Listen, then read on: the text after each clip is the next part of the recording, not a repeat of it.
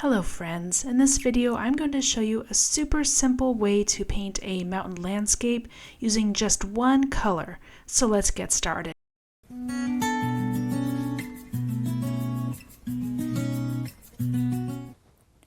For this super simple landscape, I'm going to use just one color, Carbazole Violet by Daniel Smith, and I pre-drew some of the pencil lines for the mountains, and yeah, pretty simple. I'm just going to get a little fresh paint here.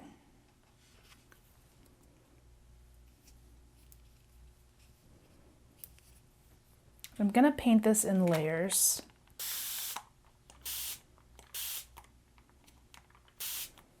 Painting from the lightest value to the darkest.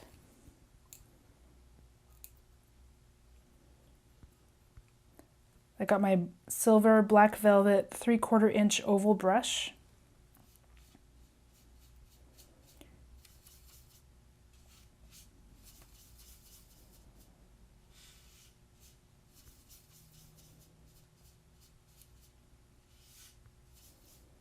Want to make sure I have enough in this puddle so I don't have to remix.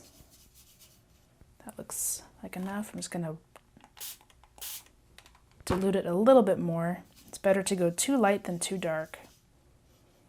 And since this is a pretty small surface, I'm just going to paint right on the dry paper.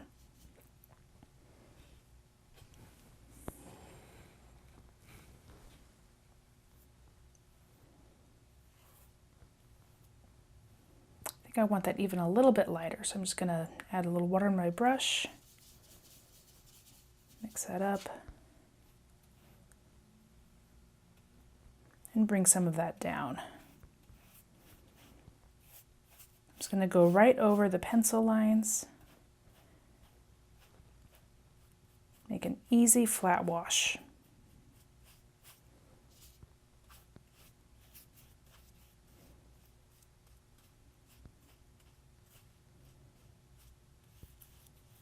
Get all those white spots. Let's get it all nice and covered.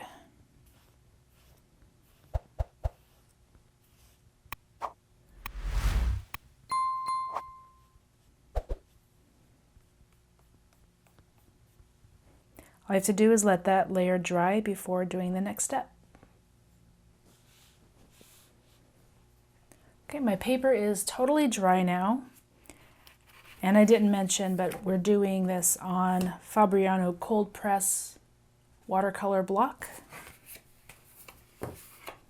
So I'm going to switch to my 8 round silver black velvet brush. And this time I'm going to darken the value just slightly. I'm going to paint this very distant hill.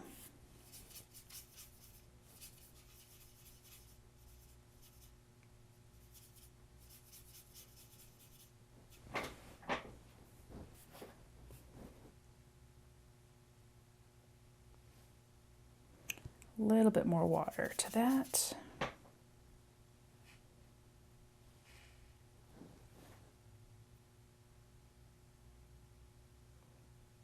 If your pencil lines are light and they seem to disappear, you can reinforce them between the layers.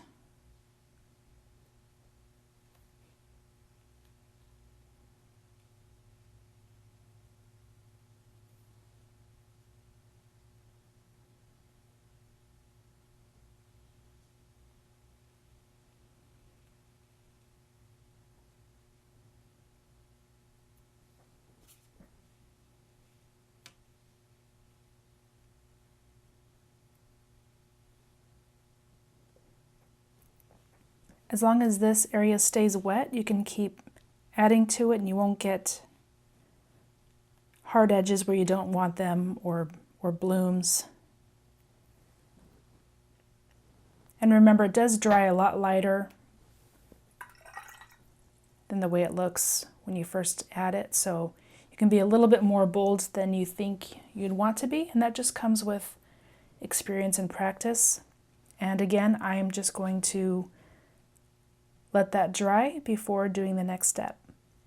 This first mountain range is completely dry, and that's really important to make sure it's dry before you paint the next area, because otherwise it will bleed into that if it's still wet.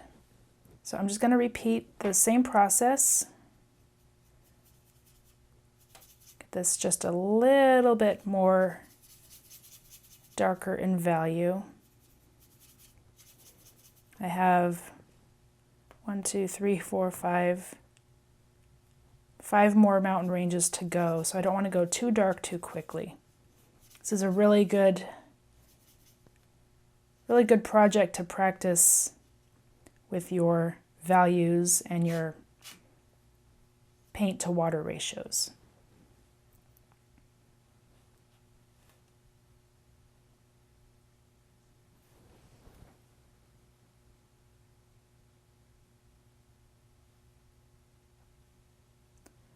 I'm just going to go right up to that edge.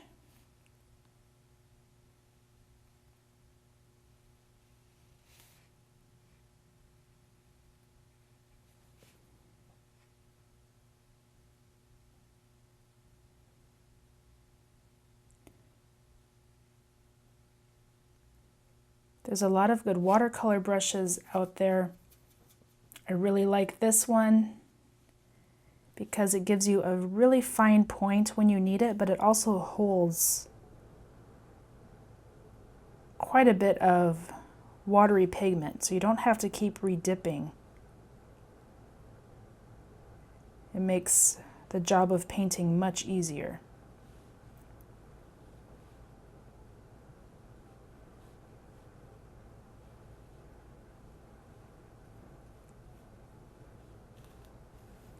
You want to work fairly quickly so that it doesn't dry before you get all the pigment on it.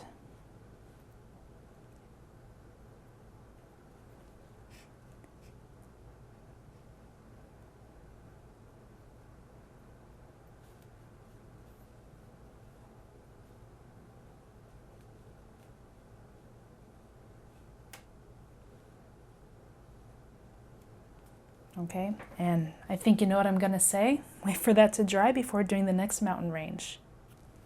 And now that's dry, and you can see how it's just a little bit darker in value from the one behind it. Now I'm going to make it a little bit darker still, just like I've been doing. I'm going to tilt my paper a little bit so it's a little easier on my wrist, getting that angle.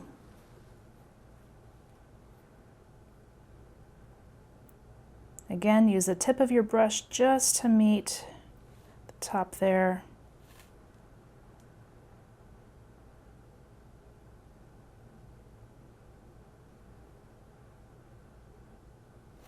It's drying really fast today. We have not had much rain up here in the Pacific Northwest. So I'm having to work a little more quickly than I'm used to. Another good reason to work on smaller pieces of paper like this when you're just practicing techniques.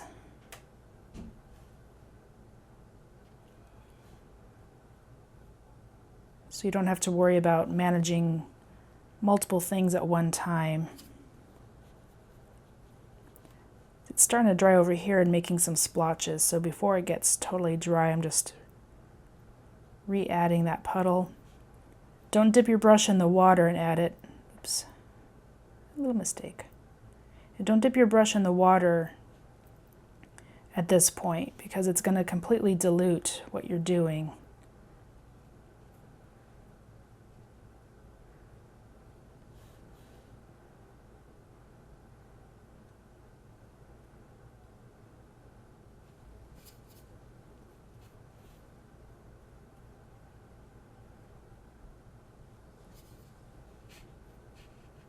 You want to maintain a uniform value in each section.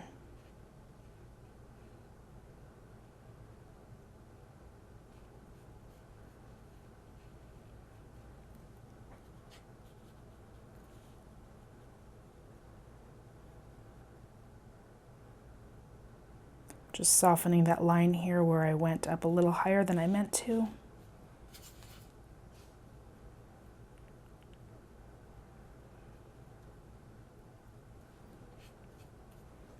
Now I'm covering areas that didn't get quite enough the first pass, but it's all still wet, so it's going to blend in nicely and softly.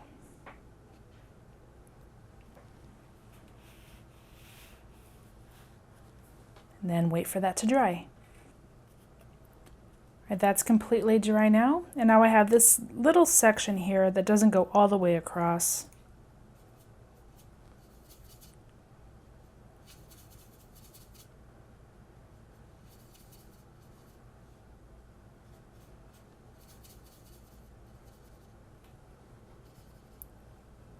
Okay.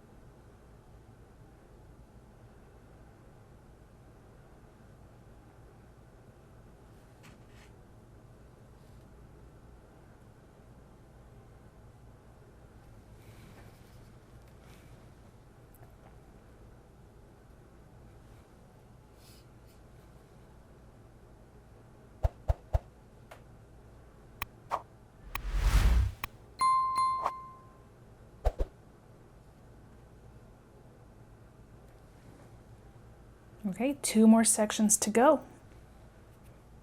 right, now this is dry, but I'm thinking it's pretty much too close to the one before it. So I'm going to do a glaze just over that area. And to do that, I'm not going to make this much darker, but just going over it in another pass, the glaze itself will make it a little darker. So let's take care of that and just paint over that one more time.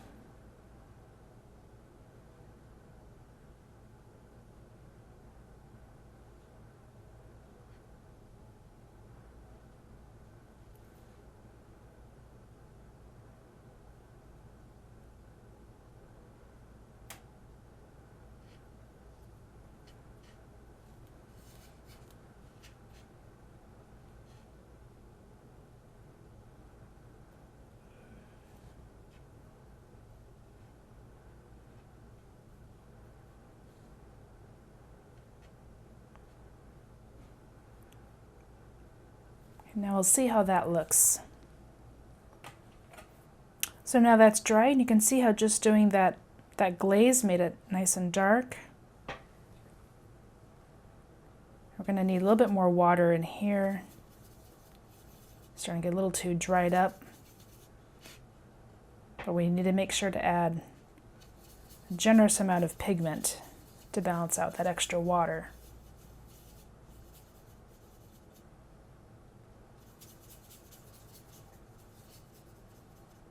Let's test this out. I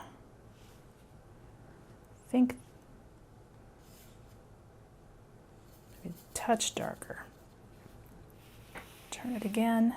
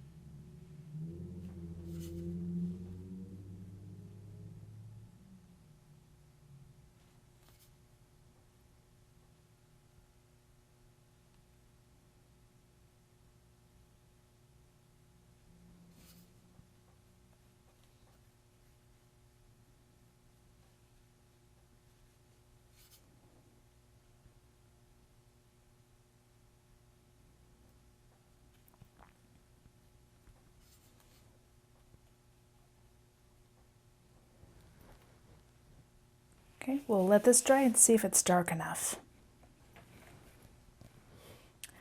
Okay, I actually think this needs another glaze as well. Add a little more water to that again. It can be hard to gauge until it's dried. But I love glazing just for, well, that's one of the reasons. You can always make adjustments.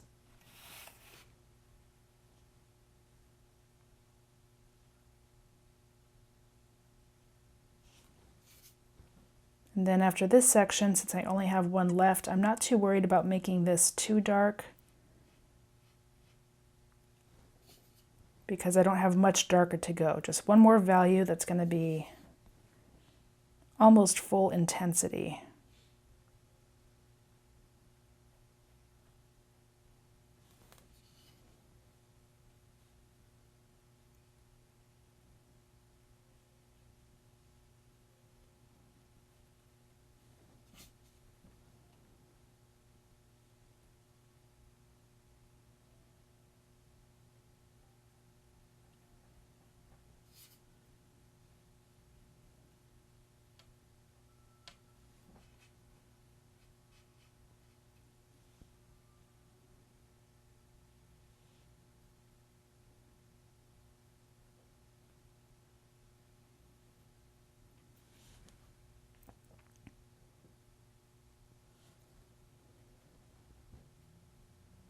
Okay, after that's dry, we'll do the last step on the mountains. Okay, last layer of mountains. This one's already very dark, so it's good that we don't have to go much darker after this.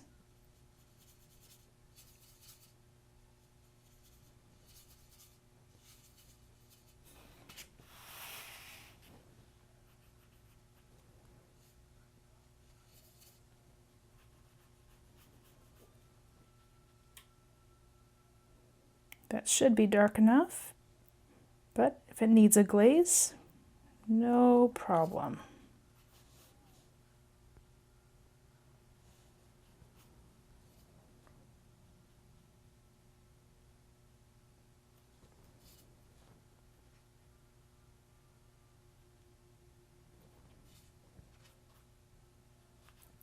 In fact, I think it will.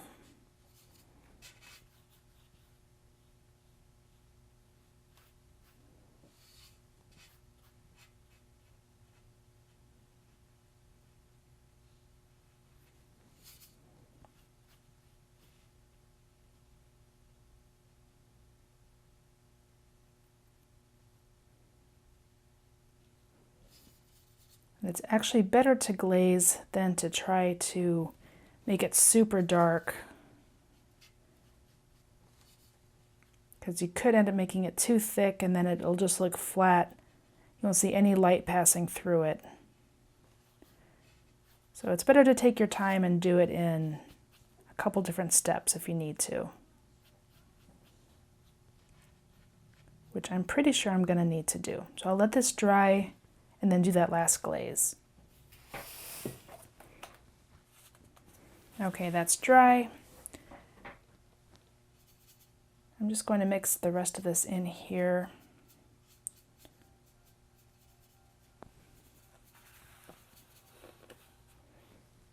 Make sure I have enough to go across the whole section.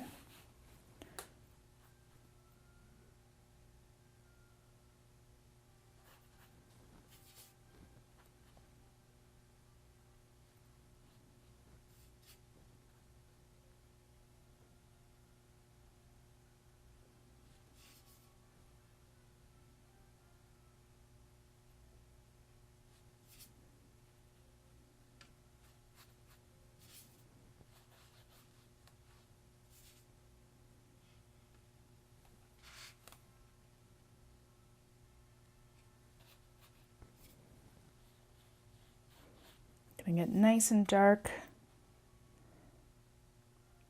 I thought about bending the rules to add some indigo to get it nice and dark, but I really wanted just to do this with one color to show you how you can use one color with multiple values. The last thing I'm going to do is add a moon in the sky. And I'm going to use this Winsor Newton white fluid ink. You could also use gouache or even a tube acrylic that's watered down, or a opaque white colored pencil. Anything like that would work. And I'm going to use my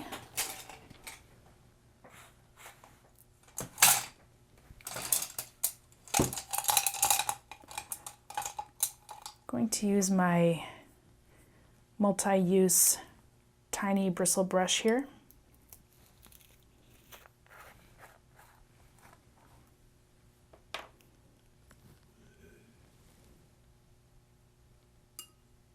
So a little water, dip right in.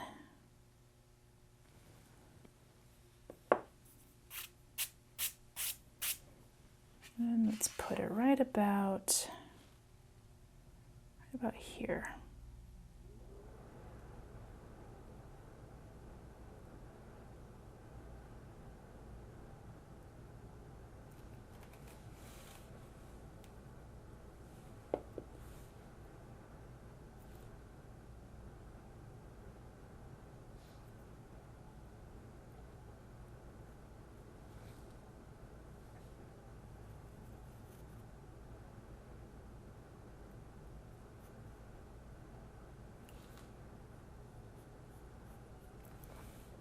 Just draw a circle, fill it in. You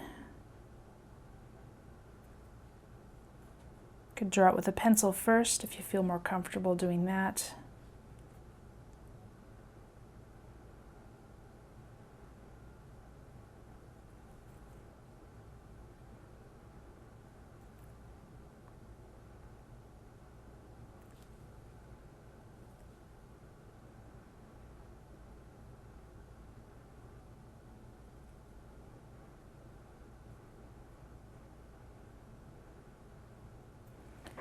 And just for fun,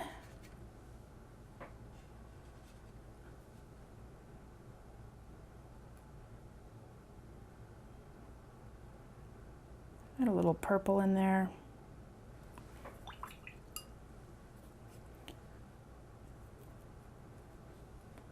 Smooth that out before it dries. A little more white.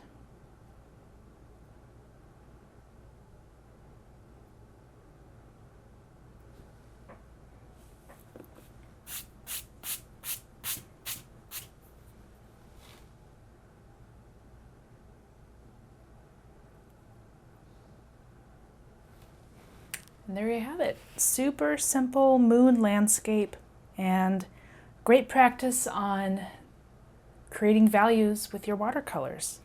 I hope you enjoyed this tutorial. If you did, please give it a thumbs up and be sure to subscribe to my channel if you want to see more watercolor projects, tips, and tutorials. I will see you next time. Thanks for joining me today.